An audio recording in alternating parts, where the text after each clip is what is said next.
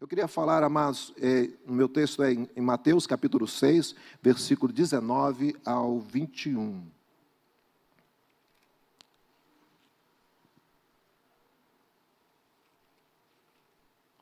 Contamos com recurso aqui atrás, é muito bom.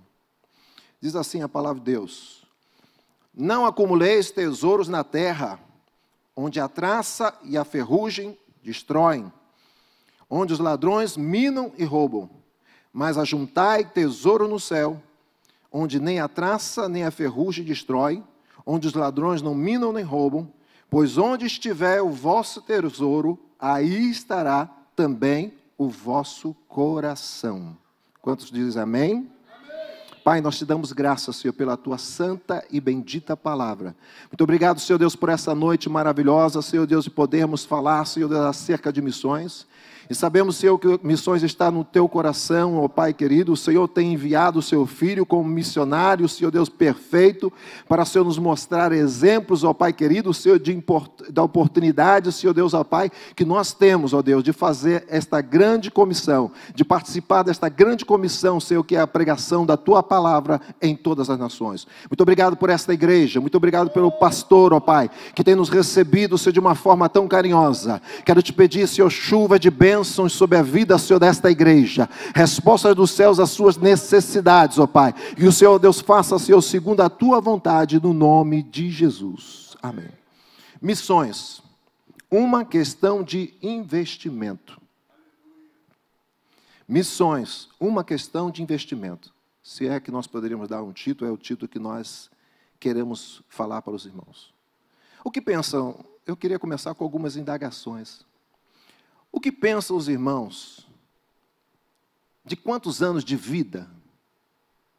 Quantos são os anos de vida que você deseja? Quando eu tinha 20 e poucos anos, eu dizia, até 50 está muito bom. Já passei. Eu já digo que não. Quero viver mais. Quantos anos você pensa que vai viver?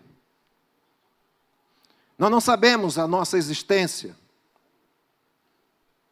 Outro dia eu estava aqui na Avenida Brasil e em menos de 20 metros tinha rajadas de tiro. Eu com o carro parado, sentado no asfalto. Quantos já não passaram por isso? Quantos não passaram por situações de perigo? Mas quanto tempo você pensa em viver nessa terra? E depois dessa terra, quanto tempo você pensa em viver? Isso não é pegadinha não, tá? Quanto tempo mais você pensa em viver depois dessa terra? E nem é reencarnação. Nós temos uma eternidade para viver. Você já pensou nisso? Você já pensou que muitas vezes trocamos aquilo que nós temos eterno por coisas pequenas? Jesus, ele fala aqui, amados, para que aquela gente pudesse entender a nobreza das coisas de Deus. Ele diz que muitas vezes as pessoas acumulam riquezas, acumulam bens, acumulam coisas, e esquecem de coisas importantes. E eu queria falar aqui sobre 2 pontos básicos. Um primeiro princípio, amados, que eu queria falar: missões devem ter prioridade do investimento dos nossos recursos. Missões devem ter prioridade do investimento de nossos recursos. E quando falamos nós, falo de igreja e falo nosso pessoal. Os nossos recursos, amados, foram nos dados por Deus. Mas um dia, Deus há de requerer a forma que nós gastamos esses recursos. Jesus fala aqui claramente que a nossa preocupação não deve ser acumular tesouros na terra. Quantos anos atrás acumularam tesouros? A situação do Brasil com a inflação alta, pessoas fizeram aplicações, e depois, quando aquele dinheiro já estava todo junto, veio um tal de Collor de Mello, que ainda se diz que vai ser presidente, e vai lá e toma o dinheiro. Quantas pessoas perderam a vida? Quantas pessoas se mataram? Quantas pessoas tiveram situações difíceis por causa dessa situação? É aqui a aplicação da palavra de Deus. Hoje nós temos, amanhã pode ser que não tenhamos mais. Hoje temos recursos, mas amanhã pode ser que esses recursos venham escassear. E a Bíblia diz para nós, amados, que a melhor forma de nós fazermos isto é nós termos tesouro nos céus. Alguém vai dizer assim, pastor, mas os céus estão mais além. É daqui a um tempo. Nós não sabemos.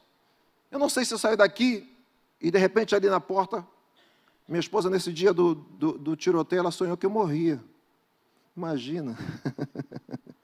Quando ela falou isso para amanhã, para mim, madrugada, nós ficamos orando e repreendendo. Por quê? Porque o diabo veio para matar, roubar e destruir. Mas graças a Deus que o Senhor nos veio para trazer vida e vida abundante. Eu gosto muito de se falar sobre esse quesito, amados. E Jesus, ele foi específico nos textos de Lucas. Nós vemos que Jesus tinha uma questão específica para a obra missionária. Jesus veio com a oportunidade, amados, e com o desejo de falar, e ele era tão envolvido com as coisas, com a coisa de Deus, com falar a palavra de Deus, que ele sentia que, em muitos casos, a fome passava de Jesus. Os discípulos tinham que chamá-lo para que ele pudesse parar de ministrar às pessoas, para cuidar da sua vida física. Havia uma sede de Jesus, e ele é o nosso modelo. Amém? Ele é o exemplo missionário, amados, que não havia condições humanas, barreiras culturais, não havia barreiras religiosas que impediam de Jesus de querer alcançar as vidas. Mas eu leio um texto que ele me abre a minha mente para ver que este princípio, de fato, deve ser aplicado na nossa vida, como Jesus tinha também a aplicação deste princípio, ou seja, do investimento de recursos financeiros. Em Lucas capítulo 8, versículo de 1 a 3. E aconteceu depois disso que andava Jesus de cidade em cidade, de aldeia em aldeia, pregando e anunciando o evangelho do reino de Deus, e os doze iam com ele. E também algumas mulheres que haviam sido curadas de espíritos malignos, de enfermidades, Maria, chamada Madalena, da qual saíram 7 demônios. E Joana, mulher de Cusa, procurador de Herodes, Susana e muitas outras, as quais lhe prestavam assistência com os seus bens. Jesus poderia fazer aparecer do nada as suas necessidades. Sim ou não? Em certa ocasião ele precisava pagar o imposto. E o que aconteceu? Mandou pescar. Dentro do peixe tinha para o pagamento do imposto dele, de Pedro. Jesus poderia fazer isso. Havia uma multidão faminta. E Jesus falou para os discípulos que eles deveriam dar de comer e alimenta esta multidão. O que nós vemos? Jesus tinha capacidade para alimentar toda aquela gente. Mas aqui diz o texto que eles iam de cidade em cidade, e eu entendi o que é aldeia. Aldeia é um pequeno vilarejo, um lugarzinho bem pequeno, de 2 ou 3 ruas, com pouca gente. Jesus ia de cidade a cidade, de aldeia a aldeia, para anunciar a palavra de Deus. Mas havia por trás disso um staff de pessoas que estavam ajudando Jesus a fazer a obra de Deus, e eu tenho certeza que no coração deles havia uma alegria de poder ser contribuidores da obra de Deus. Jesus, ele tinha, amados, um grupo de pessoas. Paulo tinha um grupo de pessoas, de igrejas, que cooperavam com a obra missionária. Não foi à toa que Paulo foi de cidade em cidade anunciando o evangelho. É certo que ele fazia o seu trabalho, tinha os seus trabalhos de fazedor de tendas, e até é um costume se falar disso dos missionários como eu e como outros, que foram para essas nações, e ali tiveram que trabalhar para poder ter o sustento da sua vida e da obra em si. Levantar igrejas não é fácil. Jesus tinha um grupo de pessoas que estavam dispostos a ajudar, que a palavra de Deus chegasse a todas as regiões possíveis. Paulo, de igual forma, tinha igrejas e cooperadores e mulheres. Eu vejo que as mulheres têm um coração muito aberto para a obra de Deus. Quantos dizem amém? São muito abertas para fazer a obra do Senhor, mas os homens também são. Amém? Mas as mulheres tinham uma dedicação, tinham condições econômicas e elas sustentavam o ministério de Jesus. Você já imaginou você sustentando o ministério de Jesus? É o que você faz quando contribui com a igreja. É o que você faz quando você dá o seu dízimo. É o que você faz quando você envia a sua oferta para o campo missionário. Dizem que missões, ela é feita com as mãos dos que cooperam. É preciso de gente para cooperar economicamente para se fazer missões. É preciso de gente que esteja com joelhos dos que oram. Porque, amados, quando nós estamos no campo missionário, nós estamos enfrentando o diabo cara a cara. Em muitas situações nós vemos coisas terríveis. Eu vi pessoas levitar. Sabe o que é levitar? Pessoas levitar. Eu vi coisas terríveis nessas nações. E quando nós estamos no campo missionário, precisamos de pessoas que estejam orando por nós, intercedendo por nós. Eles não vão para o campo missionário e precisam também dos pés daqueles que vão para o campo missionário, porque não adianta ter contribuição, não adianta ter pessoas que oram se não tem os missionários. E aonde estão os missionários? É uma preocupação, amados. A igreja do Brasil, ela teve a oportunidade, e está tendo a oportunidade. Em tempos atrás, Deus falou que ia usar de uma forma extraordinária. E a economia do Brasil seria uma economia próspera. Teria uma moeda forte. E nós tivemos, sim, senhor. Eu me lembro do tempo que o real era comparado com o dólar. Em que as coisas funcionavam. Eu creio que você se lembra disso. E Deus falou que ia abençoar o Brasil de uma forma tão extraordinária, porque esta era a oportunidade da igreja brasileira fazer missões. Será que fizemos? Será que hoje, o que nós estamos vivendo, porque nós muitas vezes falamos de Israel. Ah, Israel, por que Israel? Por que Israel você não fez? Por que não viveu Israel da forma que Deus ordenou? E muitas vezes, amados, nós não estamos vivendo. Eu não posso falar por essa igreja. Eu não estou falando diretamente aos irmãos. Estou falando da igreja no contexto do Brasil. Muitas vezes nós não estamos preocupados com a obra missionária. Eu estive aqui separando aqui alguns pastores, missionários. E há casos especiais desses homens que fizeram a obra de Deus e estavam tão preocupados com a obra de Deus. E quando regressam do campo missionário, tem más notícias. Eu me lembro do tempo de 7 de setembro, aniversário de nossa igreja no Galeão.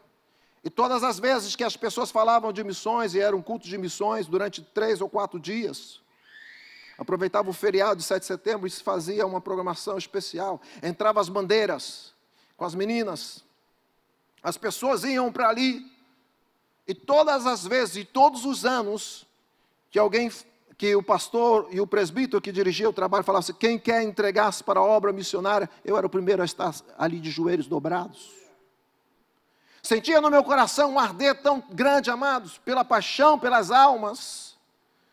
E eu dizia: Senhor, até quando? O meu tempo. O pastor olhava para mim, e máximo que ele podia me considerar um diácono. Mas eu era um diácono que dirigia a congregação. Havia presbítero que não queria dirigir congregações. Eu ia na congregação mais longe possível que era. Tinha que pegar 3 ônibus, e um deles às vezes tinha que esperar 4 horas. E era perto a congregação. Mais longe por causa dos ônibus. O ônibus da minha casa, Tubiacanga. Quem conhece Tubiacanga aqui? Quando aquela rua ali era esburacada, O ônibus ia fazendo... E devagar, não é andando rápido fazendo isso, não.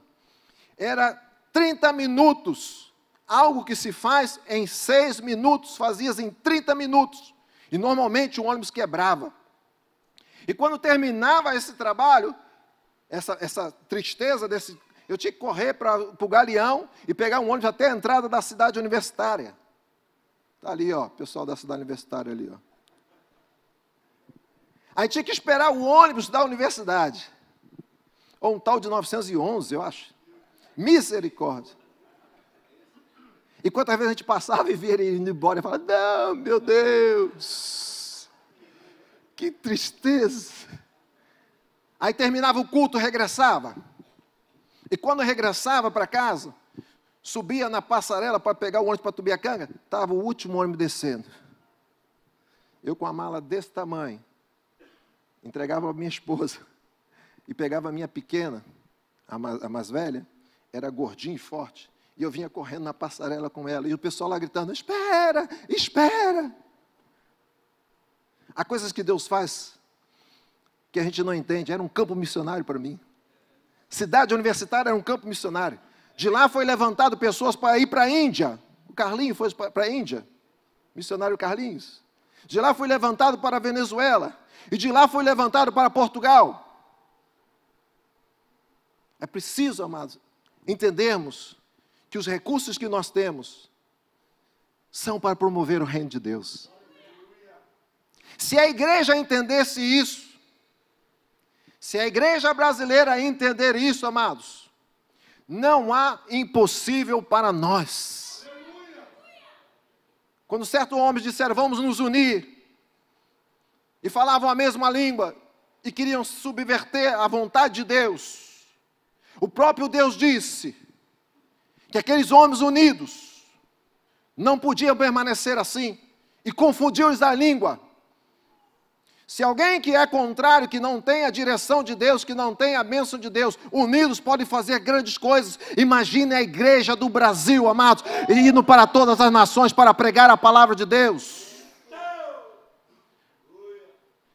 Eu não quero me considerar, amados, um grande missionário, mas como profeta de Deus, eu quero anunciar para os irmãos, que Deus está enviando esta onda de unção sobre a igreja do Brasil, onde as pessoas vão sair do país sem saber por que estão saindo, para poder pregar a palavra de Deus, e quando ele chegar na nação que ele for, aí ele vai ver que tudo aquilo era um propósito de Deus.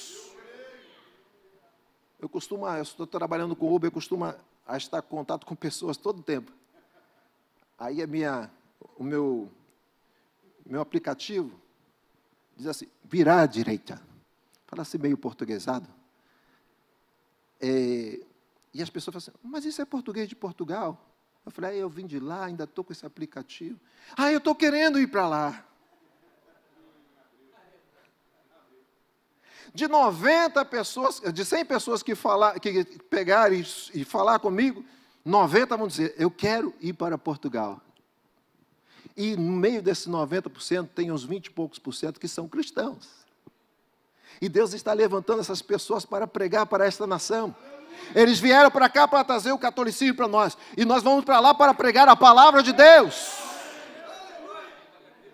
Alguém vai dizer assim, mas é difícil. Porque eles são muito católicos. Difícil é na França. Difícil é na Espanha, mais ainda. Onde as pessoas falam um palavrão quando você fala de Deus. Mas em Portugal, já creio no Pai, no Filho e no Espírito Santo. Só não conhece. A gente anuncia Jesus para eles, o Espírito Santo trabalha e a obra é completa. Eles conseguem perceber que não há aquela mesmice. Está tendo transmitido para fora? Aquela mesmice.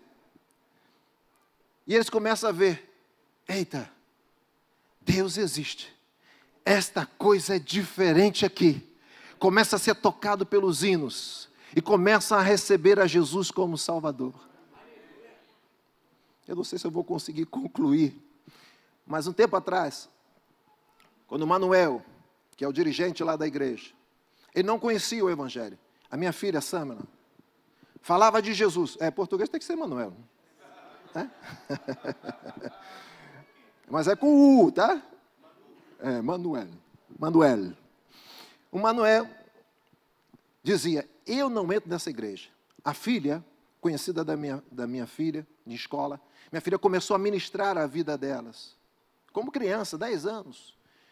E aí ela levou a minha filha para a sua casa. E nos almoços, ou no horário do café, alguma coisa assim, ela falava, tio, eu posso orar? Ele falava, o quê? Orar? Ele falou, que isso? Não, ela é evangélica, a filha falava. Aí ela começava a orar. Ele começou a gostar, mas disse, não, a igreja eu não vou. Tenho a minha religião, não vou à igreja. Aquele até nem dizia isso, porque ele não tinha religião nenhuma. Aí, certa vez, foi a mãe com a filha. A mãe também aceitou Jesus como Salvador. E ele dizia, eu levo vocês até a porta, mas não entro. Todos os dias era isso. Todos os dias era isso. Até que o dia o Senhor acho que deu uma estratégia para a gente, falou assim, não, os pais têm que vir também. Os homens têm que vir. Fizemos uma atividade especial. E quando chega lá, ele está lá assistindo a programação. E assim, de uma forma, sem pensar nisso, né? Deus fala assim, Deus me usa assim para falar assim, irmãos, está aqui o Manuel, que é o pai da nossa querida Mariana. Aquilo desmontou ele, amado. Querida Mariana, foi a palavra.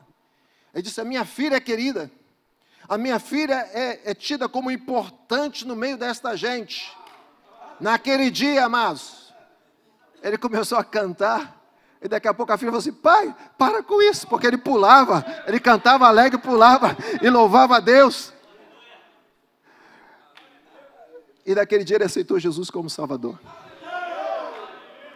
Fiel seguidor, amados. Todas as pessoas que vinham para o Evangelho com a gente parava e falava assim, não, vamos estudar a palavra. Você quer aprender? Quero.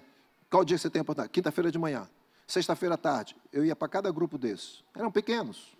3, 4, 5 pessoas. Durante 2, 3 meses. E dava aula para essas pessoas. Toda atividade que ele estava saindo do trabalho e eu marcava a reunião, ele estava colado comigo para aprender como ministrar as pessoas. E eu falava as mesmas coisas. Sabe que você falar as mesmas coisas, falar as mesmas coisas, falar as mesmas coisas? E nas primeiras oportunidades, quando ele começou a pregar, eu falei assim, desculpa a expressão, mas esse cara sou eu. Eu falei, que camarada está pregando-se dessa forma? Eu falei, mas aonde ele aprendeu? Todos os dias ali na escola, aprendendo. E aí passou a ministrar a outras pessoas, passou a ministrar outras vidas. E quando nós saímos de lá, não tivemos dúvida nenhuma de que ele seria o dirigente daquela igreja. O Deus que começa a obra, amados, ele há de concluí-la. O Deus que trabalha, amados, no princípios, amados, é um Deus que faz coisas grandes. Eu saí de lá outro dia desses, eles estavam me ligando.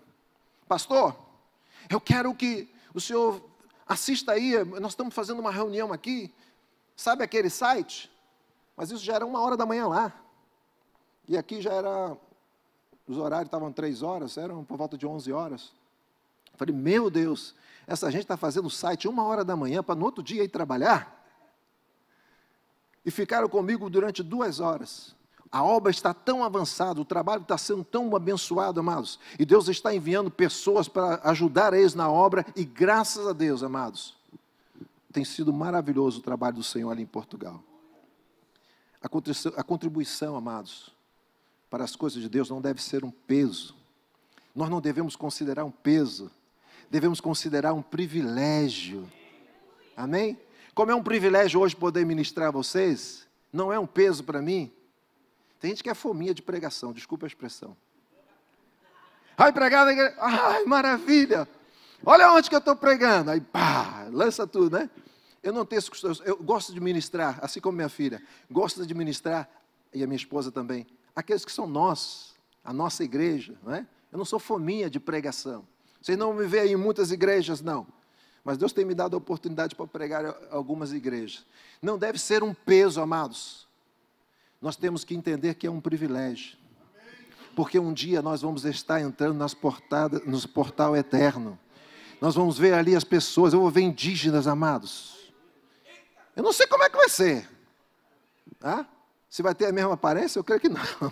Mas eu creio que eu vou perceber aqueles indígenas que um dia eu evangelizei, que um dia eu preguei a palavra de Deus para eles, que eram voltados para as suas culturas, seus costumes e para os seus deuses, os deuses dos seus ancestrais, e agora estão aceitando a Jesus. Alguns deles são obreiros na casa do Senhor. Eu vou ver essas pessoas, eu vou ver pessoas que um dia pensavam em suicídio em Portugal, que aceitaram a Jesus como Salvador. Eu vou ver pessoas que eram endemoniados, amados, de uma forma tremenda, casais que estavam separados. Eu vou ver essas pessoas. Por isso vale a pena nós investirmos na obra de Deus. Se tem uma coisa que ninguém tira da gente, é o teu investimento na obra do Senhor. Ninguém tira. A Bíblia diz para nós que aquele que ganha almas, sábio é. Ganhar almas, amados. Jesus estava preocupado com isso todo o tempo. Ganhar almas. Esse que diz assim, e era necessário passar por Samaria. Se ele não quisesse, ele não passava. Ele não passava. Fazia como os demais, dava uma volta tremenda no deserto. Mas eles não vão pregar para esses samaritanos. Mas tinha uma pessoa ali, amados, especial para ser alcançada, porque aquela mulher se tornou uma missionária no meio do seu povo, porque Jesus foi até ela falar da palavra, ela teve mudança de vida, e ela quis anunciar para todas as pessoas a respeito do reino de Deus, a respeito de Jesus. Muitas vezes nós esquecemos isso, amados. É tarefa da igreja, nós temos essa grande tarefa, a pregação do Evangelho para todas as pessoas. Um dos maiores missionários que nós conhecemos se chama Oswald Smith. Foi missionário canadense. E nos deixou algumas palavras, algumas frases que vinham de dentro do seu coração. E eu queria repetir aqui só 2 frases. A tarefa suprema da igreja é a evangelização do mundo. Igreja, amados, eu e você fomos chamados para gerar outras pessoas em Cristo. Você foi chamado para a salvação? Primeiro chamado. Mas o segundo chamado é para ir. É para anunciar. A igreja primitiva crescia, porque ela contava com um grande programa de evangelização? Não. Cada crente individualmente estava incumbido de falar para os seus amigos, para os seus vizinhos, a respeito das coisas de Deus. Sabe como é que eles eram chamados? Os do caminho. Por que do caminho? Porque eles caminhavam, eles iam, estavam no caminho do Senhor, estavam indo direto às pessoas. Onde se chegava um crente, amados, havia mudança. Às vezes nós temos um programa muito bonito de evangelização, mas a evangelização deve estar no coração de cada um de nós. Não pode haver uma pessoa perto de nós que não ouça do Evangelho. Paulo diz, ai de mim, se não pregar o Evangelho, porque me é imposta esta obrigação. É só para ele? É, irmã? Para todos nós. Ai de mim, se não anunciar o Evangelho, dizia o apóstolo Paulo. E esse missionário, quando ele regressou do campo missionário para assumir uma igreja no Canadá, ele teve uma atitude assim muito missionária mesmo. Durante 7 dias ele estaria pregando na igreja. Ele assumia a igreja e a liderança da igreja estava ali vendo, percebendo as coisas, e já estava para assumir. Durante 3 dias ele pregou. Sabe o que ele pregou? Missões, missões, missões. Os obreiros, a liderança falou assim, vamos conversar com ele. Conversaram com ele. Falou assim, olha, esta, pastor, missionário, não é uma boa altura para nós falarmos a respeito desse tema. A igreja está super endividada e não temos condições de fazer isso. Ele parou e sabe o que ele pregou no 4º dia? No 5º dia? No sexto dia. No sétimo dia. E no último dia, ele fez uma campanha, mas um apelo, para que naquele dia fosse tirada uma grande oferta para a obra missionária. Aquela oferta surpreendeu de forma tremenda a liderança da igreja. Serviu de recurso para muitos meses de obra missionária e implantar a obra missionária. E até hoje, essa igreja é uma igreja que é referência para missões. E nunca mais essa igreja sofreu crise econômica. Nunca mais essa igreja padeceu dificuldade. Quando Jesus olhou a situação, que havia muita gente, ele disse, na verdade a seara é muito grande. Rogai ao Senhor da seara, que envie obreiros para a sua seara. Ele não disse que o Senhor envie dinheiro para a sua seara, mas ele disse, envie obreiros para a sua seara. Porque os recursos, amados, surgiram.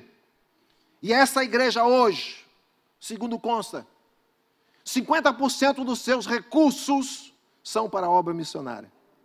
Tem missionários espalhados por todo o mundo, pregando a palavra de Deus, porque alguém insistiu falar, missões, missões, missões, missões, missões. Cada reunião que ele falou de missões, eu sei que foi aceso a chama no coração dos irmãos. A igreja precisa falar a respeito de missões. A igreja precisa estar envolvida com missões. A igreja foi chamada para isso, para fazer a obra missionária. E quando falamos a obra missionária, ela começa na nossa redondeza, sabemos disso. Mas ela tem que ir até os confins do mundo. Amém? Não há impossibilidade para Deus. Os recursos são poucos, pastor. Quando eu fui para o campo missionário, amados, primeiro mês, puxaram o tapete. Primeiro mês, demorou não. Se você quiser, você fica por aí, fica aí no apartamento. Eu falei assim, olha, a quem eu entrego a chave do apartamento? Não queria mais nada comigo. Não ia me ajudar em mais nada para fazer a obra de Deus. Falei, quem entrega o apartamento? Fui morar num centro de recuperação de viciados. Eu, minha esposa e minhas filhas. A mais nova tinha 8 anos. 8 anos. A mais velha ia fazer 15. Os primeiros meses ela estava ali, ficamos ali, convivendo com aqueles jovens com problema de AIDS, problema de hepatite, vários problemas. Quando nós terminávamos de fazer a atividade durante o dia, que era numa associação, eu tinha que regressar e levar essa gente para o hospital. 9 horas da noite, às vezes 10 horas da noite. Porque antes, quando não conheciam o Evangelho, mas agora estavam conhecendo, mas ainda tinha sequelas na sua vida, eles furavam as veias em qualquer lugar que tivesse veia, para poder aplicar as suas drogas. Mas graças a Deus, amados, conseguimos alcançar aquelas vidas. Trabalhamos durante 1 ano como pastor português. A igreja tinha 25 crentes. E eles fizeram uma proposta de trabalho. Ia me dar um salário. Ia ficar trabalhando 1 ano, porque ele trabalhava numa área de venda de automóveis e não tinha tempo. E durante 1 ano nós estivemos trabalhando com eles. E conseguimos que a igreja duplicasse, ou melhor, triplicasse. De 25 agora tinha 75 crentes para a glória do Senhor. Não foi só nosso trabalho, foi um trabalho em conjunto, mas nós estamos envolvidos. 75 pessoas, 50 pessoas aceitaram o Evangelho em Portugal em 1 ano. É muita coisa, amados. Para nossas igrejas não é muita coisa, mas para lá é muita coisa. Em média, uma igreja portuguesa tem, em média, 50 pessoas no máximo. Existem igrejas que têm 300, 400. E muitas vezes, quando tinha reunião de grandes cantores, ia fazer lá no Porto, tinha lá 200 pessoas assistindo a programação, no máximo. Isso porque era um programa de graça, uma atividade de graça. Então, pela misericórdia de Deus, estivemos trabalhando ali. Até que um dia ele, pastor, me chamou e falou assim, olha, já não há mais oportunidade, porque eu não estou tendo condições econômicas. Só vendia 70 carros por mês, era pouco. e disse, olha, já não dá mais oportunidade da gente trabalhar em conjunto, a igreja não cresceu como esperava. Eu falei, o quê? Não cresceu como esperava? 50 pessoas novas na igreja? Eu falei, mas não, e tal. Eu falei, tá bom. Aí Deus nos chamou para começar a obra. Começamos na casa de uma irmã, fazer os cultos. Quando foi num outro dia, Deus trabalha no meio das tormentas, né, pastor? Quando a coisa está difícil, não é quando está fácil, não. É Deus está trabalhando. Eu creio que Deus hoje está trabalhando aqui. Eu tive 2 dias muito difíceis, ontem e hoje muito difícil mesmo, né? Mas eu creio que Deus vai trabalhar algo tremendo nas nossas vidas hoje. Já está trabalhando. E aí, Marta estava passando mal. Acho que era labirintite, né, que dizia? Um problema no joelho, né? Aí fomos para o hospital de frente assim tinha um restaurante de uma venezuelana. Olha, venezuelana, ali em Portugal. Esposa de um português. E eu fui lá falar com ela, era minha amiga, conhecia ela. Ela disse, você está trabalhando com aquela igreja? Eu falei, não, por acaso não. Eu estou com um grupo de irmãos que ainda estamos decidindo o que nós vamos fazer. Eu não tenho espaço. Aí ela falou assim, você não tem porque você não quer. Eu falei, como é que é isso? Vem cá. Aí passamos dentro do restaurante dela. Ela levou num salão.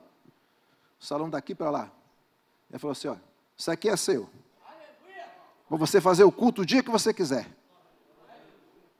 Eu falei, eu tenho um marido. Ela falou, do meu marido cuido eu. Português, católico, fechado. Nunca me deu nem um bom dia, boa noite.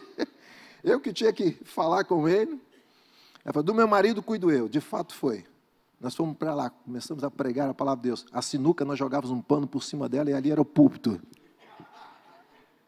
Começamos a pregar a palavra de Deus. E a coisa não ia muito bem porque era distante, nós tínhamos que viajar muito. E Deus foi nos trazendo para perto, trazendo para perto, trazendo para perto, até que Deus nos deu um local para reunir mais de 300 pessoas para a glória do Senhor. Então, aquele que começou a boa obra, amados, há de aperfeiçoá-la. Amém? Os recursos econômicos são importantes.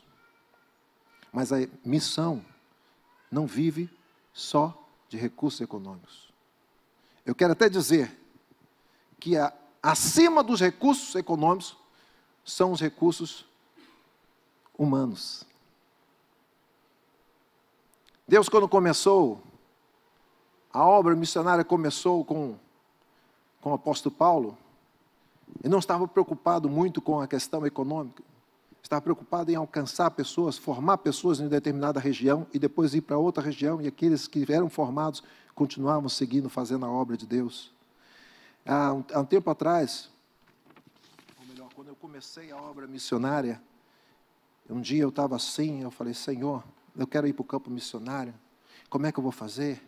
Eu tenho que conseguir um grupo de pessoas para me ajudar, como é que vai ser? A igreja nunca pensou em missões, nunca fez obra missionária, no máximo que faz é em Minas Gerais, no interior. Mesmo assim, eu ia lá para ver como é que estavam os missionários padeciam muitas necessidades, não é isso, Givaldo? Padeciam muita necessidade. Um dia que eu fui, cheguei lá, o pastor estava lá com uma carne, começou a jogar sal na carne. Eu falei assim, o que é isso, pastor? Ele falou, eu não tenho geladeira. Eu falei, não tem geladeira? Ele falou, não. E o que o senhor não tem mais? Não tem mais isso, não tem panela? Não tem... Eu olhei aquilo, falei, missionário, um homem que já foi vice-presidente da igreja. Quando eu cheguei para falar para os pastores, para os obreiros lá, eles começaram a rir e falaram para mim, você quer vida boa para os missionários, né?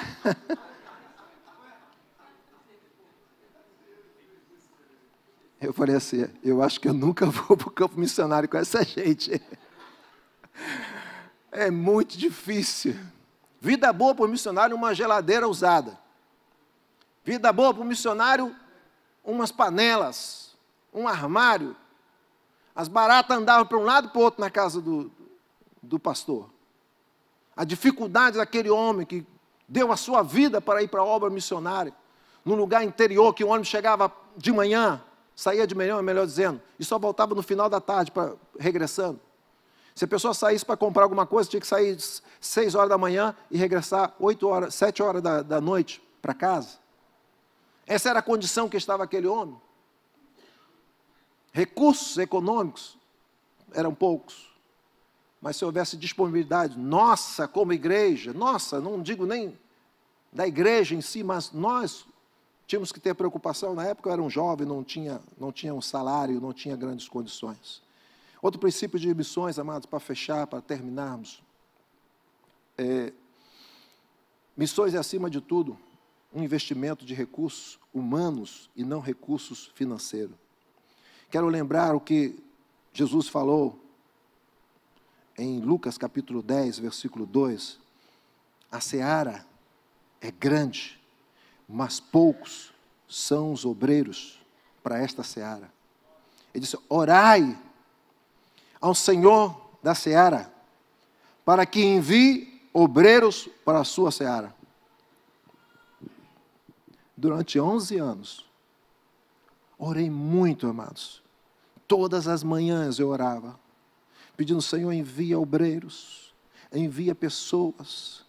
O meu projeto, amados, é que Portugal seja alcançado com muita gente, que ali se forme pessoas, que ali se possa sair para pregar nas cidades. Existe uma cidade, amados, que deve ter cerca de 30 mil pessoas, não tem uma igreja evangélica. Existem outras cidades, talvez até maiores do que essa, que eu não conheço, que também não tem uma igreja evangélica. Uma igreja evangélica sequer. E eu orei. E sabe o que o Senhor me disse esses dias? Eu estou enviando, ainda que não seja com recurso da igreja. Amém? Pessoas profissionais, liberais, estão indo para lá. A gente estava lá bem tranquilo. Chega um casal. O rapaz trabalha com tudo de informática. Sabe fazer de tudo. Foi trabalhar lá. Não conhecia Jesus. A mulher era crente, mas ele não. Eu acho que em um mês, a palavra de Deus fez diferença na vida dele. Hoje ele trabalha divulgando a palavra do Senhor através da sua profissão. Ok? Nos ajuda com o site, nos ajuda com um montão de outras coisas. Recursos humanos, amados, são necessários para essas nações. Pessoas capazes, pessoas dispostas, pessoas disponíveis para fazer a obra do Senhor.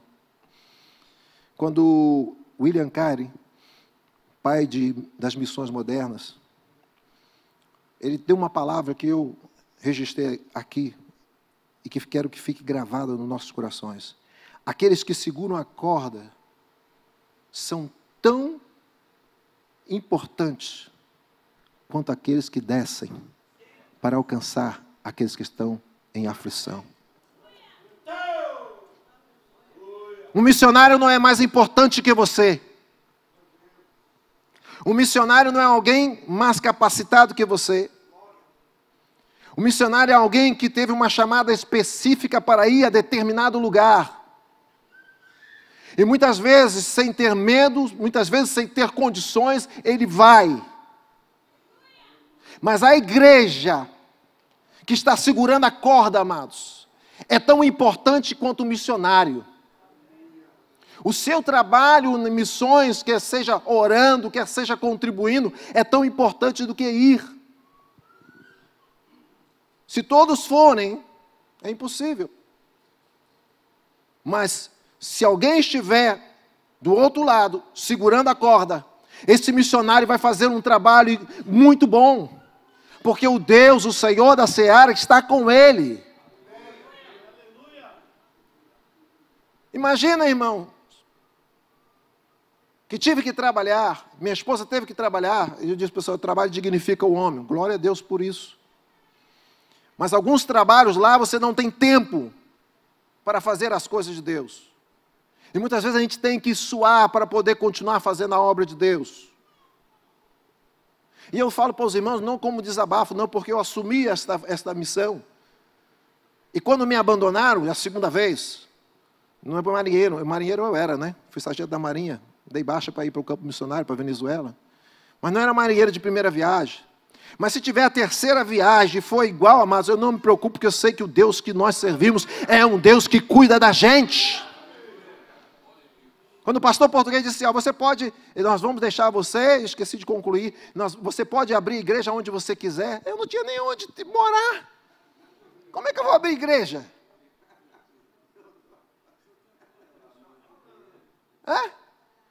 Vai lá, abre a obra. Você está falando? Abre a obra.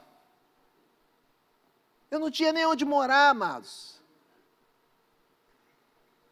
Eu e minhas filhas, minha esposa, não tínhamos onde encostar a nossa cabeça. Deus providenciou tudo, amados. Em 3 meses depois, eles estavam preocupados com a gente, que a nossa igreja crescia assustadoramente para eles e para o diabo. E Deus foi abençoando. E Deus foi fazendo crescer. Hoje nós temos pessoas que estão em alguns outros países, que ouviram a palavra de Deus através da gente. Pessoas que são surfistas, mas que hoje são surfistas, mas são crentes no Senhor Jesus. Que saíram daqui, eram marginais, estavam procurados para ser mortos, e lá nós casamos, nós batizamos, e hoje são servos do Senhor, já foram para o campo missionário, já foram para a Inglaterra às suas custas próprias, já vieram para o Brasil fazer curso da Jocum por suas custas próprias, e a gente, pequena ajuda damos a ele, porque não tínhamos condições, e hoje são homens de Deus, e voltaram, estão lá no campo conosco, na nossa igreja, para a glória do Senhor, e coisas fantásticas, maravilhosas que Deus está fazendo. Imagine se a igreja estiver unida para fazer missões. Diz que uma andorinha não faz verão, não é? Mas com Deus faz. Amém? Porque o nosso Deus é um Deus de poder e graça, amados. Paulo é um exemplo para nós. O pastor falou, vamos ver o filme de Paulo. É tão importante para nós vermos aquele filme. É muito importante. Só para terminar mesmo, quando o missionário Alexandre Duff, presbiteriano que vivia na Índia, ele pregou o evangelho lá por muitos anos, e quando ele voltou do campo missionário, eu estava vendo essa ilustração, e para mim foi muito chocante aquilo. Ele voltou do campo missionário, cheio no seu coração, desejo de, olha, vou agora falar para um grupo de jovens, reuniu talvez milhares de jovens, presbiterianos, vou incendiar essa juventude com desejo missionário. Eles têm que seguir fazendo a obra que eu comecei. E ele fez uma reunião. E pregou para aquela gente. E no final fez um apelo para aqueles que queriam ir para a Índia fazer a obra do Senhor. E para sua surpresa, nenhum deles se manifestou. Ele ficou tão entristecido, que diz que ele desmaiou no púlpito. Desmaiou no púlpito. As pessoas pegaram, fizeram massagem, tentaram animá-lo, fizeram de tudo para poder trazer aquele homem novamente a si. E quando ele foi assim, ele disse, eu vou voltar para o púlpito. E as pessoas falam, não, missionário, você não vai voltar, você vai morrer. Não, eu vou voltar para o púlpito. Voltou ao púlpito e disse nas minhas palavras, olha, já estou velho e cansado. Mas se ninguém quer ir, eu vou retornar para o campo missionário. E ainda que eu morra à margem do rio, Ganges, né? Ganges, aquele povo vai saber que existe alguém que estava preocupado com eles. Eles vão saber que existe alguém que queria falar das boas novas do Senhor. E a unção encheu aquela igreja. Aqueles jovens ficaram ali movidos pelo Espírito Santo de Deus, e diz que dezenas deles receberam esse chamado e foram fazer a obra de Deus. Missões, amados. Missões. Missões. Missões. Missões é uma questão de investimento. Aleluia. Se nós não pararmos vamos fazer, a gente não faz nunca. Não faz nunca. Porque os recursos não sobram.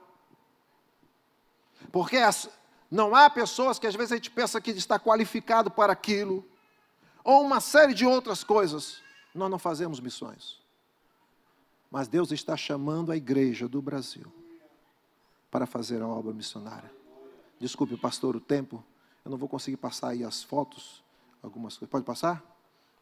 Obrigado, pastor. Esse aí era a minha mais velha. Lá no meio dos indígenas, essa era uma região, aquilo que está lá por trás é tudo plantação de aipim. Mandioca, macaxeira, como é que vocês queiram. E ela lá no meio dos indígenas. Não tem muita coisa, porque... Pode passar, mano. Não tem muita coisa. Olha, esse aí foi um grupo que nós preparamos para o batismo. não é? Um grupo de irmãos. Esse já é em Portugal, essa é a cidade de Guimarães, um dos trabalhos que nós fizemos na rua. Aquele lá no cantinho, era esse que está pregando aqui. Volta, pode ficar naquele. Esse que está pregando aqui é o pastor Manuel, português, que está à frente da obra. É? Nós íamos para a praça para anunciar Jesus. Essa é a praça de Matosinhos, no Porto. É bem próximo da nossa igreja, da nossa casa. Pode passar. Esse é um trabalho que nós fazíamos na rua. Nós criamos um projeto com pessoas sem abrigo. Compramos aquela que chama carrinha. Como é que chama mesmo? A van. Compramos uma van. Nós tínhamos uma loja de roupas usadas, de móveis usados, os quais nós recebíamos esse material e fazíamos um trabalho com eles uma vez por semana na praça, entregávamos comida, roupas. Nós botávamos os cabides e eles iam escolhendo as roupas que queriam, os homens para um lado, a mulher para o outro. E ali ficávamos louvando a Deus. Em algumas ocasiões, alguns aceitaram Jesus como Salvador. Né? Pregamos a palavra de Deus para eles. No Natal, fazíamos um Natal solidário para as pessoas carenciadas. Esses são alguns exemplos de irmãos que foram batizados. Não é? Ali tem 1, 2, 3... Quatro portugueses, né, batizados. Somado ali que só tem uma brasileira, né? Então, que não era portuguesa ali. Pode passar. Fazíamos o batismo na margem do Rio Douro, coisa deliciosa, muito bom. Aí, esse outro que está no meio é o presbítero Isaías. Quando chegou lá era um menino, não conhecia nada da palavra de Deus, assim, muito pouco, novo convertido. Hoje é um presbítero lá na casa do Senhor. Hã? Volta aí. Volta aquele. Esse é o batismo. Aquela cabeça ali, ó, aquilo é velapom. Como é o que chama os outros? Grecim não, era tinta mesmo. Depois que eu fiz 50, decidi assumir, pastor. Pastor. Brincadeira. É isso mesmo. Desde 15 anos eu tenho cabelo branco, gente. Se eu ficasse com cabelo branco depois de 30... Vamos lá. Esse jovem era drogado. Nós fizemos um trabalho com ele. Uma vez nós fizemos um trabalho de uma forma que colocamos ele até numa pensão. E, infelizmente, ele saiu da pensão e roubou a loja da frente. Dava um trabalho tremendo, mas pelo que eu tenho visto hoje, está firme com o Senhor, para a glória de Deus. Um grupo de irmãos, ia muitos jogadores de futebol tentando a vida, aquele carequinha tentando a vida no futebol também, foi ser batizado lá, ou seja, pessoas que iam para novos convertidos. Esse era o templo antigo nosso, né? E esse era um dos trabalhos que nós fazíamos. Primeira vez que nós fomos fazer o trabalho desse tipo, a nossa igreja ficava 40 minutos do centro do Porto se fosse de metrô. Mas de carro são 15 minutos. Então, nós pegamos e convidamos eles para ir para o evento na igreja. É distante. São sem abrigo, são pessoas que não têm dinheiro, não têm condições. Aí nós falamos, vamos levar um carro e vamos buscar vocês. Aí fizemos o convite, fizemos comida para umas 50 pessoas ou 60, mas decidimos que íamos 5 ou 6 carros. Aí, quando nós estávamos chegando no local, havia a maratona São Silvestre, que lá também tem, naquele dia. Então, o trânsito estava todo interrompido e nós não conseguíamos ter contato com eles, estavam muito longe. Eles mandaram um carro para um lado, outro carro para o outro, nós ficamos todos separados, o grupo. Aí eu liguei e falei, me ligaram, melhor dizendo, olha, pastor, nós já estamos indo a pé lá para buscar eles. Eu falei, mas como é que vocês vão trazer eles? Se cada um está num lugar, vocês não sabem. Eles não vão andar isso tudo, com criança e tudo. Aí eu falei, não, mas nós estamos indo para lá. No meio do caminho, eu me lembrei, paga metrô para eles. Ele falou assim, olha, pastor, vocês têm dinheiro aí? Tem. Paga o metrô para eles. Aí, quando chegaram lá, eu estou pensando que é 20 e poucas pessoas. Aí, eu olho assim e falo assim, pastor, só tem um problema. São 54 pessoas. Ficaram mais de meia hora tirando o ticket do metrô para poder pagar e poder entrar no metrô e vieram. O primeiro ano foi 50 e pouco. Aí, no segundo ano, nós não fomos buscar. Veio mais de 50 e pouco. E depois, no terceiro ano, também vieram novamente. Nós dávamos comida, dávamos roupa, dávamos brinquedo para as crianças. Foi um trabalho maravilhoso. O jantar bem feito e as bolsas de compra para eles levarem. Pode passar adiante. Esse aí é algum evento nosso na igreja também. Esse é o novo templo, é o templo que nós temos.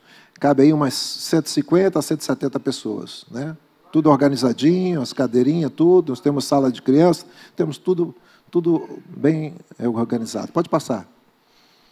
Esse aí foi um evento que nós fizemos, um outro evento também para as pessoas sem abrigo, e essa multidão aqui na frente são os que aceitaram Jesus como Salvador. Essa lá, bonitona lá do lado da minha esposa também, bonitona, é minha filha mais velha, tá? É a Sâmia. Ela esteve em Portugal com a gente, fez o trabalho, depois veio meu genro morar lá e acabou casando com ela e trazendo ela, está em Minas Gerais. Essa é a área externa nossa, atrás, ou melhor, a parte de trás da igreja, onde nós fazemos nossos convívios. Esse aí é um grupo dos irmãos que estavam num dia de oração lá na igreja. É um pequeno grupo, um grupo de oração que eles fazem, especial. Pode passar. Amém. Amém, amados? Eu queria orar com vocês, agradecer a Deus por essa oportunidade. Pastor, por favor, me perdoe. Se quiser, me convide uma outra vez, mas eu vou fazer mais sucinto. Mas eu tinha que falar essas coisas. Eu acho que eu e você podemos fazer diferença. Amém? A nossa realidade, amados, eu não vim aqui para pedir nada a vocês, mas eu vim aqui para pedir que vocês, nada econômico, né? Mas pedir que vocês orem por Portugal. Amém? É uma nação que precisa do Senhor urgentemente. E talvez seja o melhor lugar para o brasileiro chegar para pregar o Evangelho. Ok? Porque nós temos muitas das coisas que nós vemos aqui, nós vamos ver lá. A comida, praticamente, temos comida gostosas lá também, mas tem todos os alimentos que nós temos aqui, nós temos lá. Toda a facilidade. E é um cantinho da Europa, e eu creio que Deus vai começar a transformar desse canto até chegar ao leste europeu. Você crê?